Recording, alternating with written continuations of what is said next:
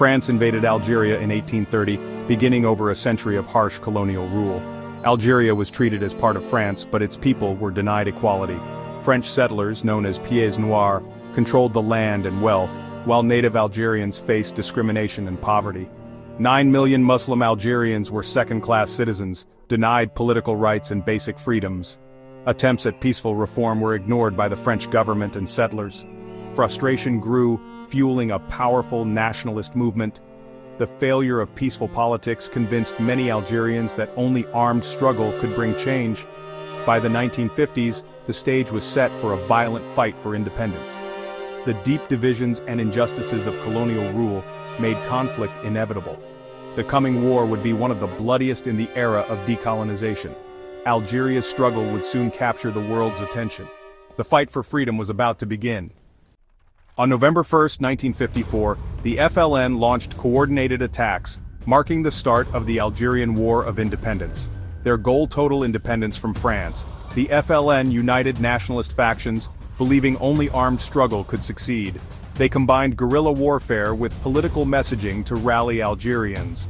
France dismissed the uprising as criminal, refusing to negotiate and sending thousands of troops. The conflict escalated into a brutal war, with the FLN building a government in exile and seeking international support.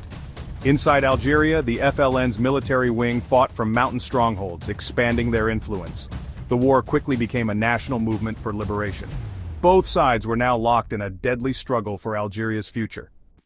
The Algerian War was a brutal guerrilla conflict, devastating civilians on both sides. The FLN used ambushes and sabotage, targeting French forces and infrastructure. They also enforced loyalty through violence, sometimes against fellow Algerians. France responded with overwhelming force, deploying hundreds of thousands of troops and using new tactics like helicopter assaults. Millions of villagers were relocated to camps, suffering harsh conditions. The Battle of Algiers brought the war to the capital, with FLN bombings and French paratroopers cracking down. Torture and mass arrests became common, shocking the world.